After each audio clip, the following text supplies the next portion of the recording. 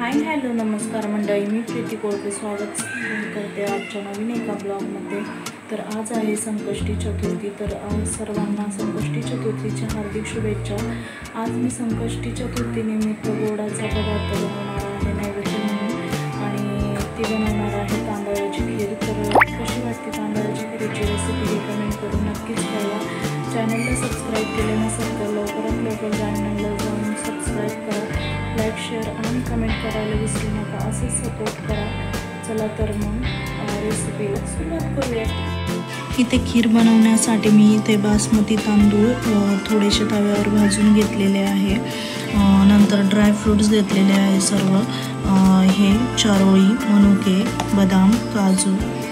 इथे खोबऱ्याचं किस घेतलेलं आहे आणि हे गावठी तूप वापरणार आहे खीरीसाठी। तर चला तर मग आता हे आपण याची पावडर बनवून घेऊयात। बघू शकता इथं मी भाजलेले तांदूळ आणि इलायची व्यवस्थित बारीक करून घेतलेले आहे, आणि इथे साखर सर्व साहित्यही घेतलेलं आहे।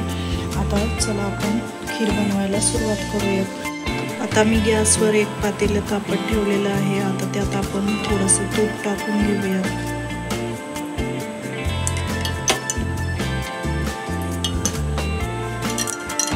तुम्ही तुमच्या आवडीनुसार तूप टाकू शकता।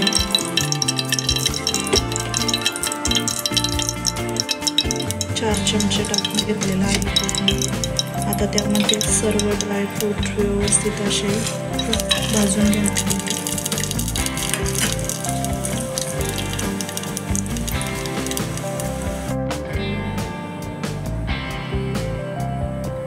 आता आपले ड्रायफ्रूट्स व्यवस्थित भाजून झालेले आहेत। त्यात जो खोबऱ्याचा किस घेतलेला आहे तोही टाकून घेऊयात।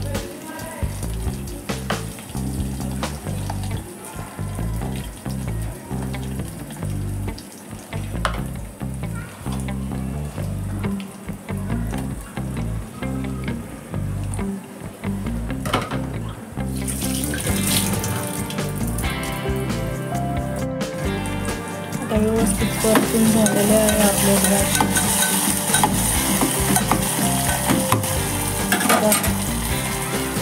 पाणी टाकून घेऊया।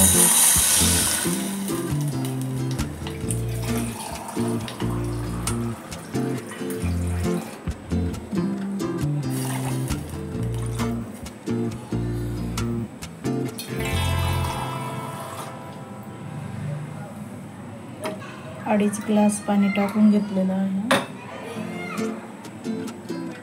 त्यानंतर साखर टाकून घेणार आहोत 1 वाटी, आणि मस्त आता याला उकळी येऊन देऊया। आणि त्यानंतर त्यात तांदळाची पावडर आणि दूध टाकून घेणार आहोत। परत मस्त अशी शिजवून घेणार आहोत।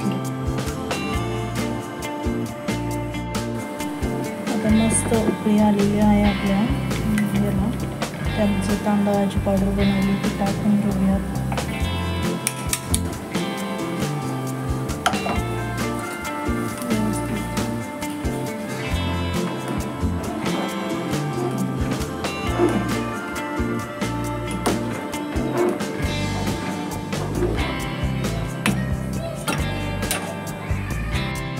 त्यानंतर दूध टाकून व्यवस्थित अशी उकळी काढून घेतलेली आहे, आणि आपली खीर आता तयार आहे।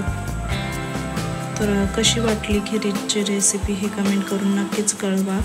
लाईक शेअर आणि कमेंट करायला विसरू नका। चला तर मग आजचा व्हिडिओ इथेच एंड करते। भेटूया नेक्स्ट ब्लॉगमध्ये नवीन एका व्हिडिओसोबत।